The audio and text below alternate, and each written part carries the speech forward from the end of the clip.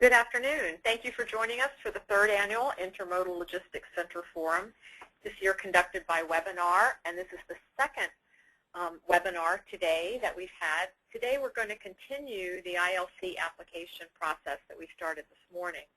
I'm Rusty Inamoser with the Florida Department of Transportation, and I'll be your moderator today. These webinar sessions are designed to provide an opportunity for the private sector and public partners to hear from Florida experts about the opportunities in this growing field. Specifically, the agenda includes application process for the ILC program, ILC development and site selection, where ILC will go in the future, and a question and answer session with prior year awardees. Let's talk for a moment about how the webinar works. For anyone new to these webinars, here are a few quick tips about your webinar control panel. You can click on the arrows on the left side of the panel to open or close it, and you can view the presentation in full screen with the bottom button on the left-hand side. This webinar is being recorded, which means all audience members are muted, and we'll show you where you can get the recording at the end of the webinar. You can communicate with us by using the question box, but please remember that you need to click the send button for us to receive your comment or question. Now, if you have more than one person at your location, would you please enter the number of people at your location in the question box? That gives us a better estimate of the number of people who are actually attending today's webinar.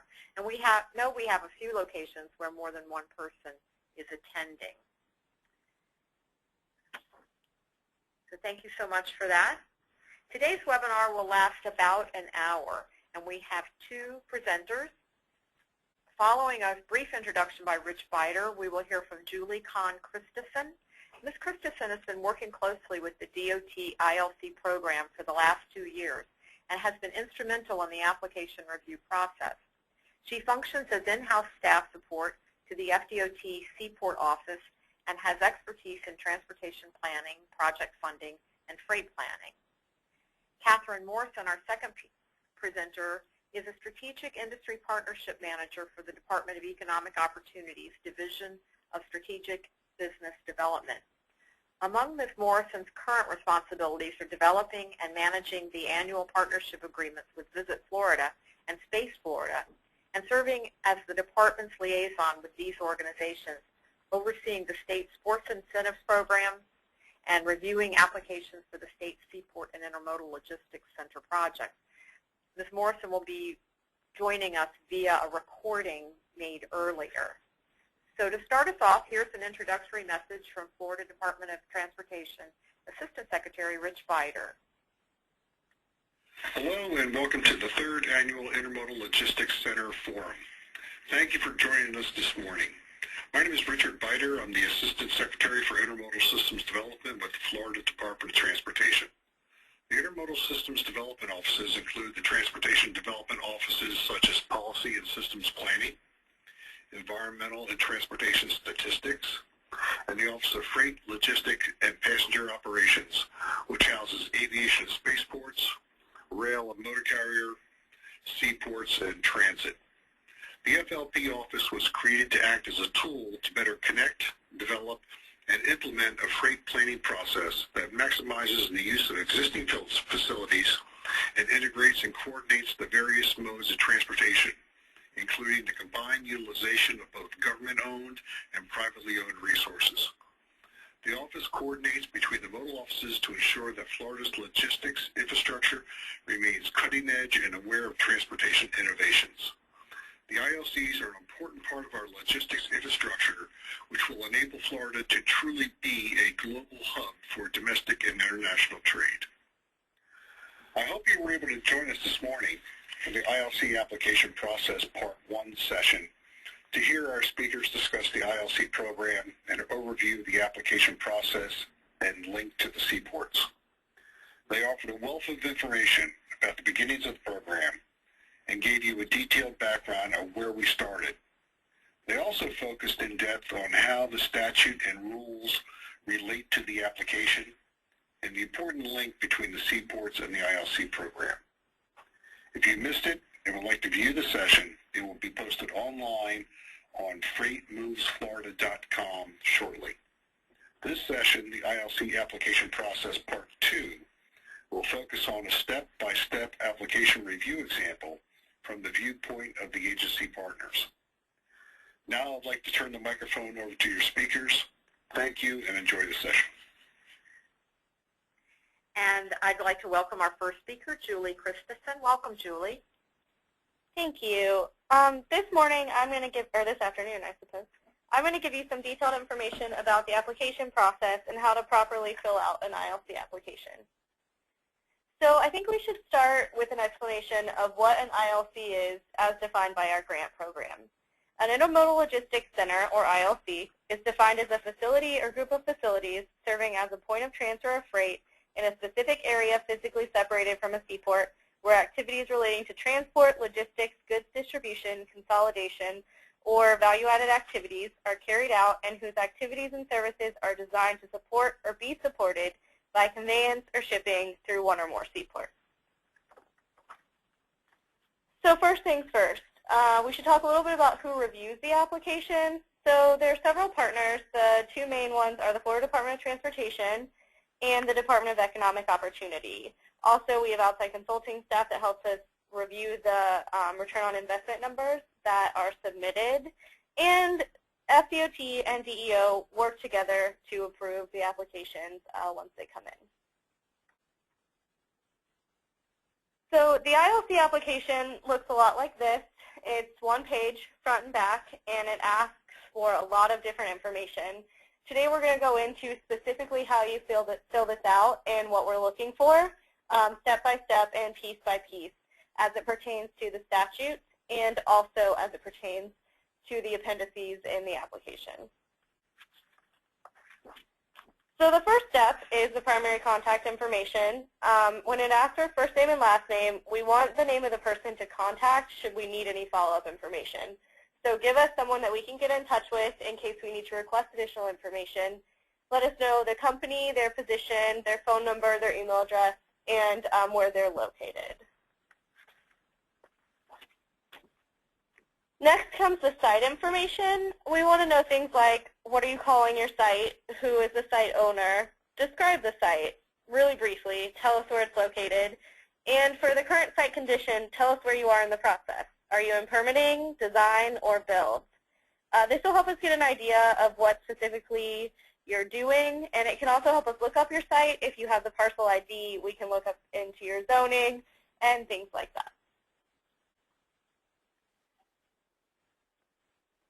The next step is intermodal access information, and this is really important because this helps us determine a lot about if we're going to approve your application or not. So you have to tell us how to access your site, what roads are nearby, is there rail access, what seaports will you be associated with, and how far are they from your site. You'll see here that you can check any one of the 15 seaports located throughout the state of Florida, and if you are going to be shipping or using more than one, you can feel free to check more than one seaport. Just make sure that you give us a proximity to each one that you're thinking about using. And you know, when we ask what roads are nearby, tell us what direct road access you have, tell us what major highway connectors you're using, and things like that. That helps us get a better idea of what we're working with. So next we come into your project information. This is a little bit more detailed from the beginning parts of the application. We want your project name if it's different from the site name, like it might be Phase 2 or something like that, and give us a description. And tell us what your project is. Is it going to be an intermodal container transfer facility? Is the project that you're applying for, do you need help building a bulk rail terminal? Do you need rail spur or siding funding? Tell us specifically what you're looking for from us, and we can better help you that way. We also need to know what's your total project cost, understanding that although you cannot get more than 50% of the program, your project may cost you $300 million, and it's just good to know how much you have invested in your total project. Also, tell us what you're requesting, how much money you need from us, and the amount of matching funds, and the source of the matching funds. I'm going to go into this in more detail later in the presentation, but just as a quick glance, on this page tells us everything that we need to know without any of the backup that we'll also need you to submit.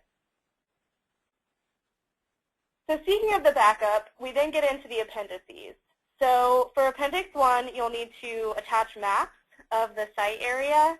And this can be, Google Map aerials are fine. Just show us the boundaries of your site.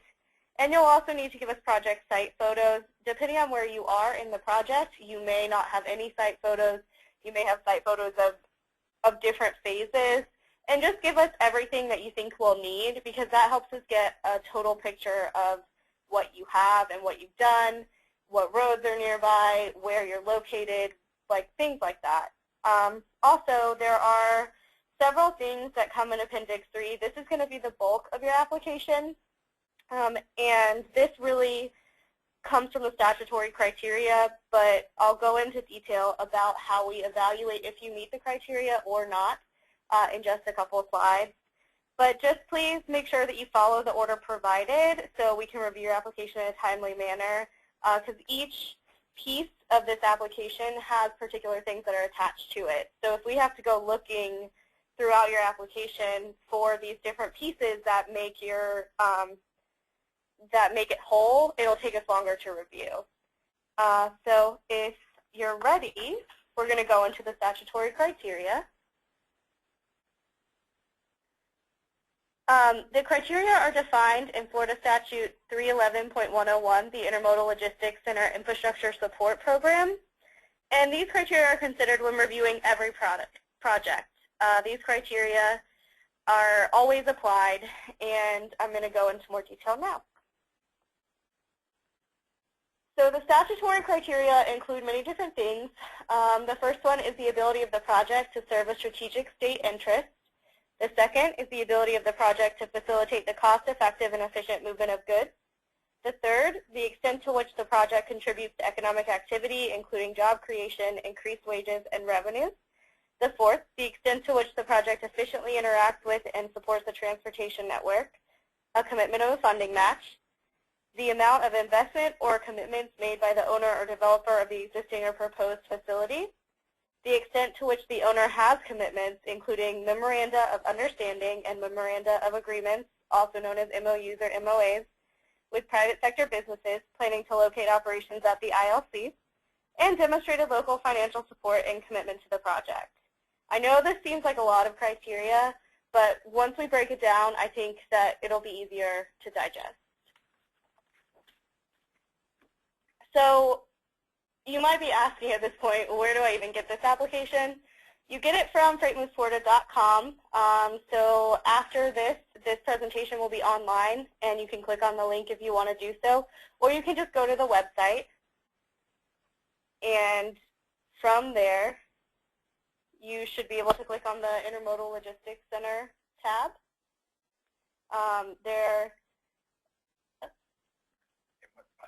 Oh, sorry, we just went forward 2 minutes. Anyways, you should be able to click on the Intermodal Logistics Center tab, and that will take you to the page that has information about all of the Intermodal Logistics Center forums, information about the awardees, and also on the bottom, the application that you can download in a PDF and fill out. So what makes a successful application? Now I'm going to focus exclusively on teaching you exactly what we look for in these applications and how you can fill them out successfully. So if we go beyond the statute, there's a couple more things that we look for. We look for a statement demonstrating how the ILC and the project increase state economic activity, the estimated return on investment for the ILC and the project, a statement demonstrating the ILC and the project's positive contribution to the state transportation system, and we look for you to describe how the project will improve the cost-effective and efficient movement of goods to and from the eligible seaport, which is on that front page of the application, but I will talk about those in just a little bit. So there's also some more things that we look for. We look for a statement documenting a funding match of 50% or greater local funds and how it will be provided. A statement documenting commitments from the private sector businesses operating at the ILC or that have executed a contract to operate at the ILC. MOUs or MOAs with the eligible seaports to convey or ship goods to and from the ILC. documentation through business and financial plans and legal agreements of the investments made or to be made by the owner or developer of the ILC, documentation from the appropriate local governments supporting the ILC, and documentation that eligible projects have the appropriate land use designations in place. So what we're going to do next is we're going to go through our checklist that we use when we review your application. So it's probably pretty small on your screen. It's a pretty big checklist, but you should be able to zoom in once we put this online. And basically, we have this spreadsheet, and we use it to check off the requirements that you've met, partially met, or not met. So we look at Part A, which, as I said, is a statement demonstrating how the ILC and the project increased state economic activity. We use some determining factors, and if you meet them all, you get a green check mark, and that's good. That means we don't need any additional information from you. When I say if you've met all the criteria to get your check mark, it includes these criteria on this spreadsheet. So using our same example of A, we look for a statement of financial stability, your business plan, that you meet state economic goals, that you help create jobs, and that you have wage increases. Now, obviously, you may not be able to check off every piece of that box every single time, but as long as you are hitting what we need, then we'll give you the check mark, and you will be fulfilling your requirement.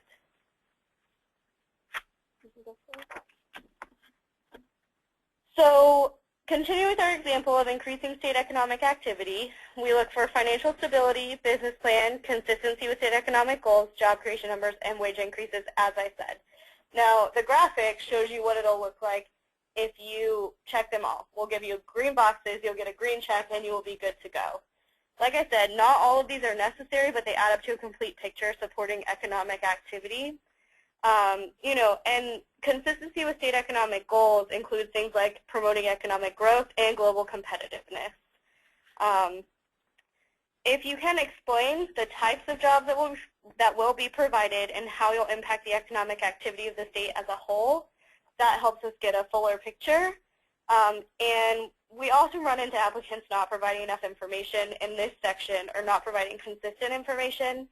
So make sure that if you use a job number in one part of your application, you're continuing its use throughout the entire application so that we can see the consistency throughout. Also, if you can provide us your business plan for the entire ILC, that helps us also get the picture. So the next thing that we look for is your estimated return on investment, which is important because there are limited resources and a large number of projects that need to be funded. In general, we look at how you calculate your ROI and the things that go into it. And we look for a current, within 6 months of the application submission, ROI performed by a national planner, engineer, or CPA.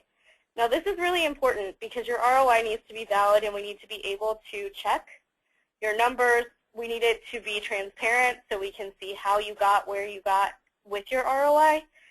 And we'll do our own independent review, and that's easier and more timely if we can use your information that you have given us. So you need to make sure that you provide us with documentation of who did it. Sometimes you can do that by providing the resumes of the people at the company that you may have used or information about the company stating that they're certified planners, engineers, or CPAs, and just date the document or have a document from the company that is dated. That shows us that it has been performed within the last 6 months. So we also look for the positive contribution to the state transportation system. And when we're going through this, we look for connection to existing state transportation systems, efficient goods transfers, pre-existing transportation, and support of the local, regional, or national goods movement. And this goes hand in hand with the next requirement that we'll get to in a minute, the cost-effective and efficient movement of goods. The applicant must show connection to the existing state transportation systems, especially highways or interstates, by which they can move the goods away from their ILC. It's important to give specific information about how the goods transfer will be efficient. For example, a non-efficient or less efficient transfer would take the goods from the ILC to the seaport straight through downtown of a congested city.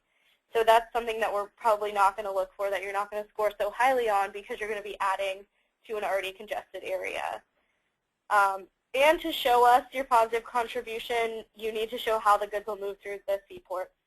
And you get bonus points if you have railway connectivity, because that helps with the efficient transfer of goods. So then we get a little bit deeper into the cost-effective and efficient movement of goods, and this focuses on moving the goods to and from an eligible seaport in a cost-effective and efficient manner.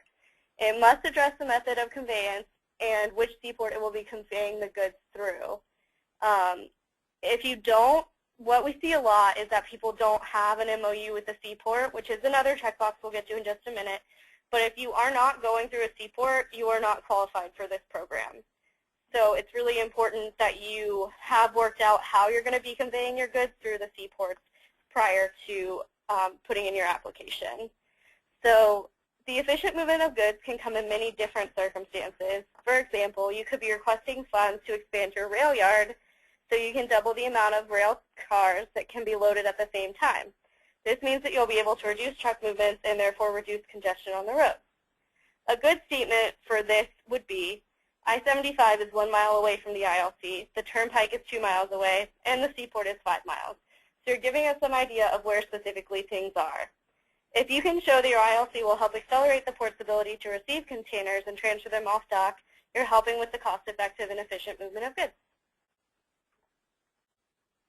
So there are 15 seaports in the state, as I told you, 15 deepwater seaports, and you can move your goods through any of these seaports. So if you're located near the Port of Pensacola and you want to move your goods through that port, then let us know that you're going to be using that, and that counts as your eligible seaport.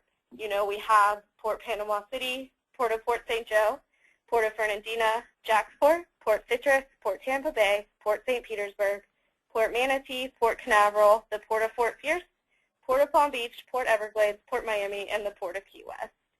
So if you want to make sure that you're using one of the eligible seaports, you can always go on the FDOT Seaport website. There's information about the seaports, or you can just reach out to whichever one you'd like to use. Some of the information that's important to provide in this section is potential tonnage or TEUs that will be moved through the port and the proximity to the port. So it's important that you've already been in contact with them to see how you can work with them, and we need specific numbers here. The more specific you are, the easier it is for us to see how this is going to be helping out. So if you say we're going to be moving 500 TEUs through a port and the port supports you, that's great, and that gives us a specific number to go off of. The next thing that we look at is funding match.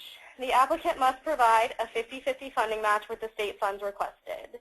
So this match can be public or private, and you must provide the entity providing the match, how the match is being provided, and what the match is going towards. So you cannot match your 50% that we may give you with other state funds, and the entity providing the match must be named, and how the match is providing is important as well. Some things that we've seen in the past that were really great were you can present your match as a letter from the bank stating that you have the funds needed, and also the match can be presented as a good faith letter from your bank, things like that. We just need some commitment that you have the funds and that you're able to provide the match. Also, the funds that you request must be matched by other transportation improvement funds. So although you may have a $100 million project, you may only need $4 million of transportation improvements, and you may have $80 million of warehouse improvements. We need the match that you're providing to go towards those transportation improvements. So if you request $2 million from us, you have to also have $2 million that you can put in to the transportation infrastructure of your project. It's very specific in that way, but that's what the project is kind of made for. Those are the kind of investments that we support here specifically with this grant program. We also look for private sector business commitments. Committed or under contract future tenants are best, and we don't support speculative development with these program funds. We need to see commitment from these tenants. The tenants can already be operating there if you have that tenant already in your building. An executed contract is best, but it's not absolutely necessary, and generic letters of support are not enough. Sometimes we'll get letters that'll say, "Hi, I'm from company XYZ, and I think this is a great idea. Thanks." And we really need more than that. We need, "Hi, I'm from company XYZ, and I will be relocating to this ILC if they have these transportation improvements," or "I will be relocating to this ILC once they are up and running." So we need that kind of commitment from them to show that people are interested, you are needed for us to invest in you. These letters are best on company letterhead from the companies who will contract with the ILC. And these are definitely a big part of your application. Like, we review these, and if these aren't there, it's hard. You know, we can't approve an application. So we talked a little bit about MOUs with seaports in the beginning of this presentation, but I'm going to go a little bit deeper now. So the MOUs with seaports need to have the cargo estimate to be handled, and the primary purpose of an MOU is to reflect an understanding or agreement with one or more Florida seaports to convey or ship goods to or from an intermodal logistics center. And an MOU helps explore partnerships, exchange information, communicate and cooperate in good faith, and establish regular contacts. So we need the MOU because, you know, if you were here this morning in this morning's presentation, you kind of heard that the ILC program was started to alleviate some of the pressure on seaports with their cargo container yards and things like that by giving the cargo another place to go. So the MOUs are an integral part of this application. The questions that need to be answered with your MOU is, how will the cargo get to or from the port or back? How much cargo will the entire project handle? And how much cargo will go through a seaport specifically? These MOUs, they also need to be more than a letter of support, similar to what I talked about earlier with the commitments from the private tenants. The purpose of this program is to work with the seaports, and it should be discussed how they'll work together. For example, the port expects the successful completion of the additional rail connection to stimulate a higher level of operational efficiency at this property, and therefore they'll be able to put some tonnage through the port. We also need documentation of investments made by the owner or developer of the ILC. We need the fully funded finance plan for the entire project and investments made by the owner or developer. To use kind of a common way of saying it, we need to see that you have some skin in the game because it's important to know that you back your project as well. So we need to see how you're going to pay for the entire ILC. I know I keep going back to, say you have a $100 million project, we need to see how you're going to fund that $100 million. Because if we fund you for $2 million, will you be able then to finish your project with our $2 million and things like that. So if you can identify your contingencies and identify specifically what investments will be made, that is really important for us, and we won't have to request that from you in the future. A statement of financial liquidity and stability to cover the entire cost of the project helps. For example, a signed and dated letter from the bank with your assets will work. Like it could say, "To whom it may concern, please accept this letter as confirmation that as of today, the above referenced account has available funds on hand in excess of however much money you are planning on spending, and the account is in good standing." That's enough for us to understand and believe and work with you that you have the liquidity and the finances to make your ILC work. Also, it's important to show a breakdown of the cost so the reviewers know what we're looking at. So if you can provide us with a spreadsheet or a statement that shows that you are doing roadway improvements and those cost $3 million, or drainage and those cost $2 million, or the different parts of your ILC, that helps us get a better idea of where you're making your investments and how much each different part's going to cost. We also need documentation from a local government supporting the project. So the project must conform to local comprehensive plan standards, and the local governments must submit letters of support. So the letters can be from the mayor of the county or the city, the board of commissioners, the MPO, or all of the above. You can never have too many supporting letters. And they should be addressed to the secretary or to the ILC program manager, Jasmine Raffington. It helps if the letter of support talks about why the mayor or MPO, etc., does support the project. For example, this county can benefit from a new ILC because it creates employment opportunities and can bring many business ventures to the state. So we like to see, this kind of goes back to your project being needed. We like to see that your project is necessary for where it is, that it can help the community out, and this goes back to the state's economic goals as well. Your project needs to already have the appropriate land use designation in place, and we also need, for this, to check this box, we need the support documents from your MPO, and we need to see that you have the right planning and zoning.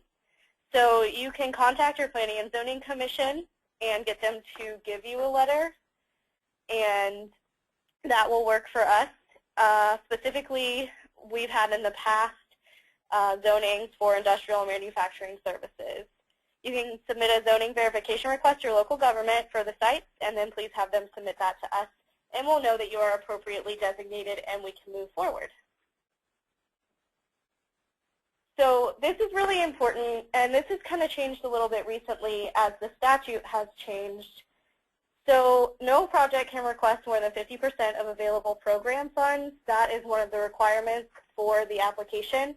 However, up until recently, that amount has been $2.5 million, as this has been only a $5 million program. As of recently, it is at least a $5 million program, so just if you need funds or if you have an amount a little larger than $2.5 million, you can feel free to submit your application for it. It all depends on the funding that we have available in the program and in the budget, but regardless, no matter what you request, we cannot give you more than 50% of what we have available. This is kind of so we can help out different ILCs throughout the state. So a project will not be considered eligible if a business at the ILC is relocating from one Florida community to another, unless the applicant demonstrates to the Department of Economic Opportunity and FDOT that without relocation the business will move outside of the state, or that the business has a compelling economic reason to move and the relocation will create additional jobs. This has to be a binding statement from you. It's really important that you do not take business from one community to another because it's just something in our program where we have to have that statement. So if you are considering relocating one business to another, you have to have a compelling economic reason to do so, and that's part of DEO's review. They look at that really specifically to make sure that it fits with their vision statement. So you'll see here, this is what a perfect application looks like. We've never had one of these. This has never come in at the first time. When you submit things, we generally have to ask you for a request for additional information to get to this page. In the end, when we fund you, we probably will have all green checks and you will be good to go. But sometimes it takes a little while to get there. You'll send us your information. We will send you requests for additional information. You'll send us your additional information. And then we'll have to work out if you have everything that you need. When you get to this point where you have all your criteria met and everything's ready, then we will send the application on to DEO for their review. And if they approve, which we'll go into with Catherine Morrison's presentation, we'll get a letter from them similar to the one on the next slide saying that, sent to FDOT saying that everything is good, we approve. If you want to offer them the funding, go ahead. They fit everything that we require. So if after all of this you feel like you are ready to apply, please reach out to Jasmine Raffington at jasmine.raffington@dot.state.fl.us and give her a call with any questions. Her number is listed there, and complete and submit an application. And we look forward to seeing what you guys have to say. Great, Julie. Thank you so much. And I'll remind you that we will take questions at the end of both sessions, both presentations. Our next speaker has pre-recorded her presentation, and any questions that you may have for her, we'll get those answered and post them on the website. So now let's hear from Catherine Morrison at the Department of Economic Opportunity. Good afternoon. My name is Catherine Morrison. I'm a member of the Department of Economic Opportunity, or DEO, team who reviews the Intermodal Logistics Center applications. We appreciate the opportunity to participate in the third annual Intermodal Logistics Forum coordinated by our partners at the Department of Transportation. Recently, Governor Scott recognized the importance of the ports to Florida's economy and announced a commitment of nearly $35 million for strategic port projects across the state. These additional funds will enhance Florida's port's ability to move goods, which will position the state to play an even greater role in global trade. The governor also recognized that ILCs play a significant role in expanding Florida's trade and logistics infrastructure by enhancing the state's seaports, airports, railroads, and supporting intermodal highway connectors. This program offers economic benefits through job creation, manufacturing, and seamless transfer of freight.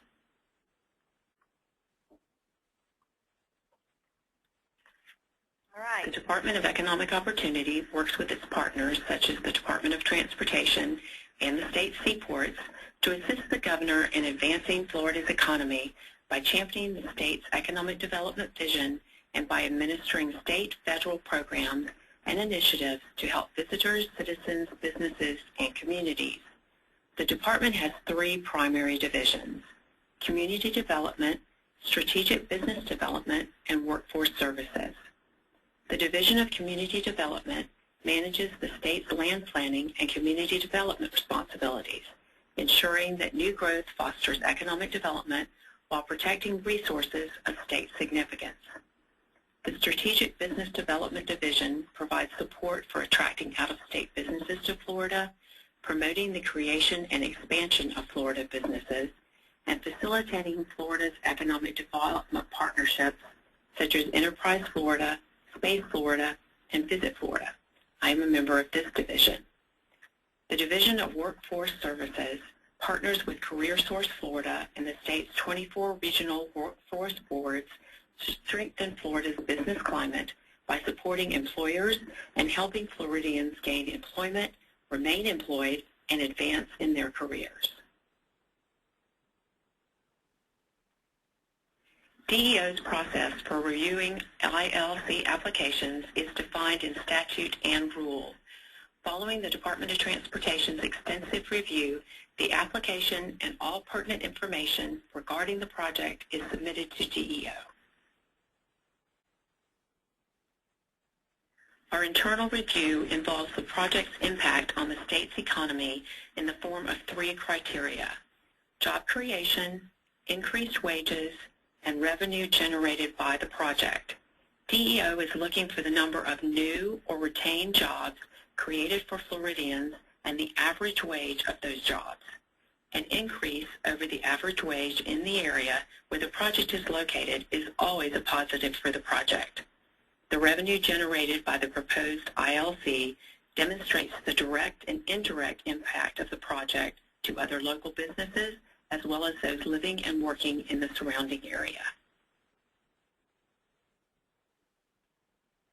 If a project being considered is relocating from one Florida community to another, the applicant must provide DEO with convincing data demonstrating that but for this relocation, the business will move outside the state, or the business has a compelling economic reason to move and the relocation will create additional jobs. And finally, DEO staff assesses the project's ability to meet Florida's economic goals and the overall goals of supporting the state's ability to promote growth in global trade and logistics. DEO staff utilize Florida's Strategic Plan for Economic Development as a guide for this part of the process.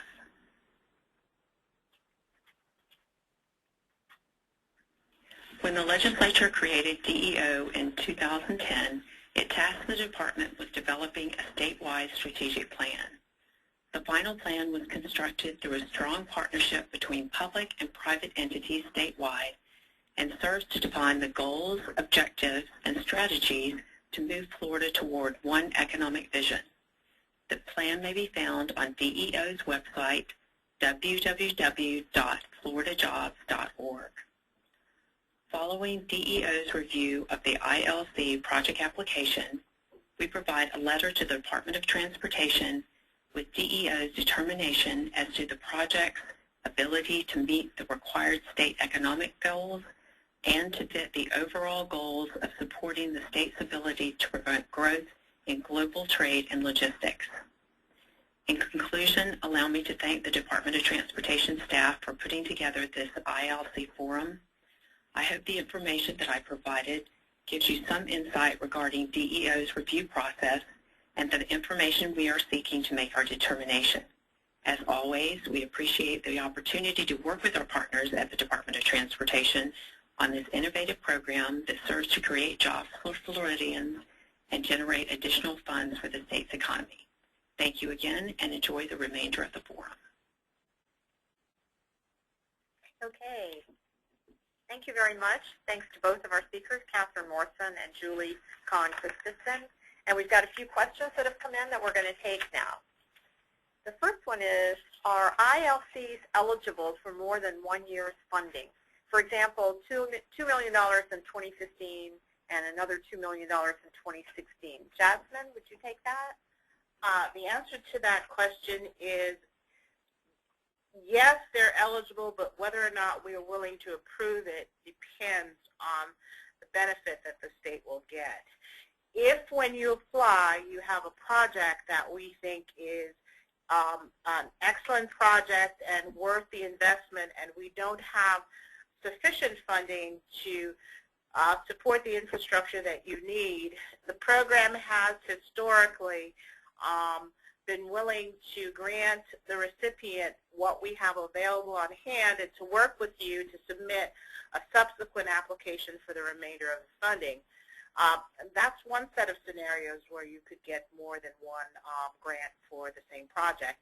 You could also be eligible for more than one grant if you're a part of phased development. Let's say you've got one tenant where you're building a warehouse or something for them to occupy, and you've got some specific infrastructure needs associated with that, and you apply and we give you $2 million as a part of the 50%.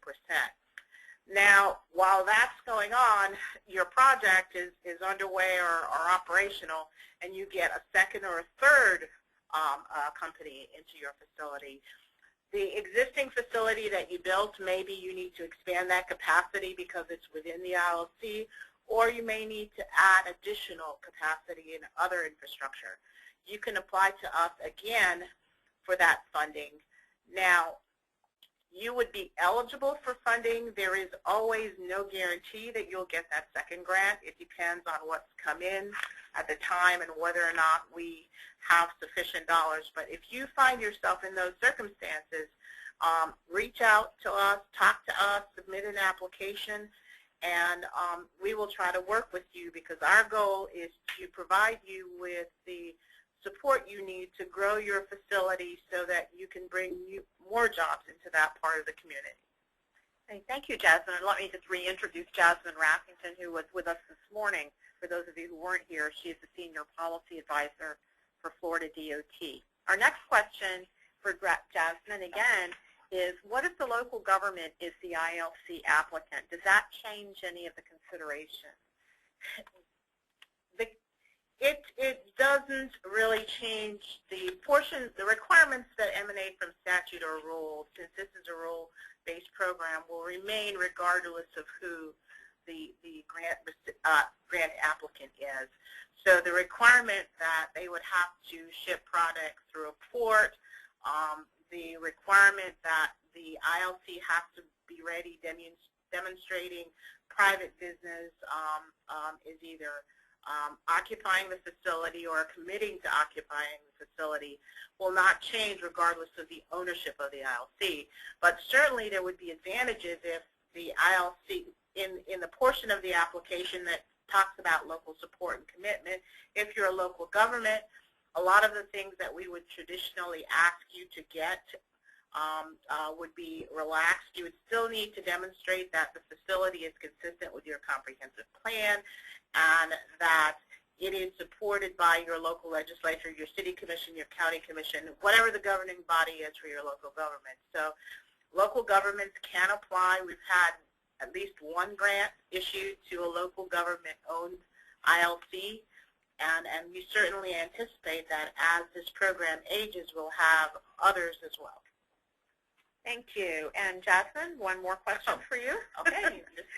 Is there a minimum amount of funding that an applicant must have on hand to be considered?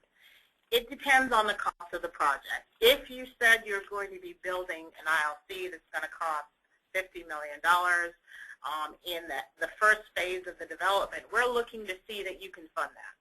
If you're talking about a $50 million project phased over a series of years or whatever, if you identify the project phase for which the infrastructure would be associated, we want to know that you can fund that.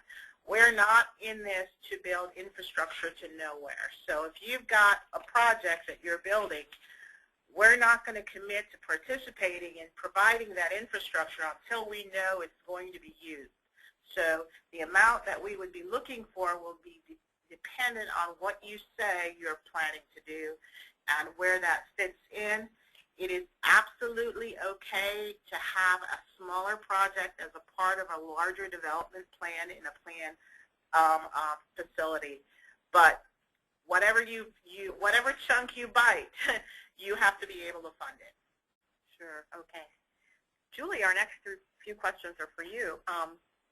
Can you expand on conformance to comprehensive plans? Sure. It doesn't have to be in the comprehensive plan. In fact, it probably won't be in your comprehensive plan, but it should conform with what they have planned for the land use designation and for the future of the area. So you're not going to be penalized if you're not in your comprehensive plan. Okay, good. And how long does the review process actually take? So the review process, we can turn it around in a timely manner, usually within a few weeks, but it depends on how fast you provide us with your information. So a lot of the times I talked about how if you don't have this, we'll send you a request for additional information. If you get that information to us in a timely manner, then we can review it quickly. But a lot of the times when it takes a while for an application, it's because we haven't gotten the new information back in yet. So how fast we review it depends on how fast you get us what we need. I think that kind of relates to the next question. How many times can you fix and resubmit an application? You can fix and resubmit an application as many times as you want to. We will send you requests for additional application every time you submit it to us. We will review your information for completeness every time you submit it to us. There is no cutoff after 2 submissions or something like that. We'll work with you. As long as you can provide us what we need, then we'll continue to work with you. How long is the average timeline? This person wants a specific answer. From application to approval or denial, what's the average? It can take a couple weeks. I mean, there really is no average because it really depends on how fast you get the information to us. If we send you a request for additional information, say it takes us, we get your application, we review it in 3 days, we need more information. If we send you that request and you send us your request back in the same day, give us a couple more days to review and we'll get it turned around quickly. But if we have to wait on something back from you, then it'll take us longer. So there is no specific amount of time. And I believe that Jasmine would like to add something to that. I just wanted to chime in the recognition that this program and the department are under a new leadership structure. And we are all becoming familiar with this program. So we're going to have an initial period where the secretary is comfortable with what we're funding, the staff is comfortable, And it may be a little bit different. I know under Secretary Prasad, after 2 years of working with the program, the types of questions that he would have was already anticipated by the staff, so they were able to be assured that once they got all of these information, it wouldn't get kicked back. So we may have a situation until Secretary Boxall becomes comfortable with the program that it may take a little extra time. I know his general operating style is he's a detail secretary, and he doesn't want just the highlights. He wants to get into everything. So it will take him a little bit of time to become comfortable with the program. So over time, things will move much more swiftly than they probably will for the first 2 cycles under Secretary Boxall. Thanks, Jasmine. Julie, what is the required application date? I think we went through those a little bit this morning in our webinar, but could you go over those again? Yeah, so right now we are in the second window from January 1st to March 31st. So you need to have your applications in to us by March 31st of this year to be able to apply for the funding pot that's happening right now. Great. Here's a question. What is most often unsatisfactory? Most often what we see is that people give us an ROI that we can't replicate. So we'll need to go back to them and ask them, you know, who performed this, how long ago was it performed, what data inputs did you use, and also we don't always get the MOUs with the seaports and the people coming to operate in your ILC. So that's really important. We need you to make sure that you have these things in place, especially now that we've been through in detail everything, that you have those things in place, because those are things that we are absolutely going to turn around immediately and say, oh, there's no MOU with the seaport. I need you to send that to me. So we get that one a lot also. Okay, great. Jasmine, do we award lesser amounts than applied for in some cases? I certainly think that it's possible. I know in the previous years that was done because of funding availability issues. So it was not generally where we said that you were asking for something and we're going to give you less. But I think certainly looking forward, we will apply a reasonableness test. If you describe the infrastructure that you need, and one of the things that we're going to look for is a fairly specific what you want to build, roadway improvements, turn lanes, how long is it? So we can say you're asking for $5 million. The department has the blessing of having roadway engineers, and if they say what you're wanting to build only costs $3 million, we may want to fund you, but we certainly wouldn't give you $5 million. So I don't believe this has come up in the past, but it certainly could. So we, in a scenario like that, we would say, yes, we want to fund your project, but based on our estimate, what you say you want to build is going to cost $3 million, and on a 50-50 match, that means we are willing to give you 1.5. Okay. Now, can applicants get help in putting their applications together if they're not too sure what they're doing? Absolutely. One of the things that I think would be really helpful is if you're not certain what something means or what we mean by it, ask the question. We view ourselves as technical resources. Your success is our success. So as you begin to work on your application, ask the question. If we don't know the answer, we'll figure it out and get back with you. We're already talking with our freight coordinators to use them as technical resources, which we'll discuss in another webinar. So we're trying to set up an infrastructure to provide you guys with the support you need to put together the best possible application, and once you get funded, to be successful. Terrific. That was our last question for today, I think. Our next step, as I mentioned earlier, at the beginning of the webinar, the session has been recorded and will be posted in the next couple days, I think. And we expect that once, probably by Friday or so, all the webinars will be posted. So if you have coworkers that didn't get a chance to hear, or you want to go back and listen to some things, feel free to go to freightmovesflorida.com. That's also where you can register for other webinars that are coming up Wednesday and Thursday. Let me just mention that tomorrow the webinars will include at 10 o'clock in the morning Travis Harvey, who is a Senior Project Manager with Flagler Global Logistics, and Phil Hetzner, Director of Project Finance of Keystone Industries. And these are prior year awardees. They're going to talk about the process that they went through to get their funding. So that should be very interesting. And at 2 o'clock in the afternoon, we will have Jimmy McDonald from CDM Smith and DOT. Jasmine will be back, and Keith Robbins from District 1, who is the freight coordinator down there, talking about charting a course to the future, what's to come. So those of you who registered will receive a very brief survey at the end of the webinar, and we really hope that you will send that back to us because we use that information to improve our webinars in the future.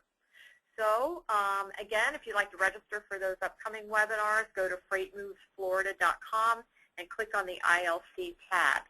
And that's it for today. Thank you all so very much, and we look forward to seeing you tomorrow.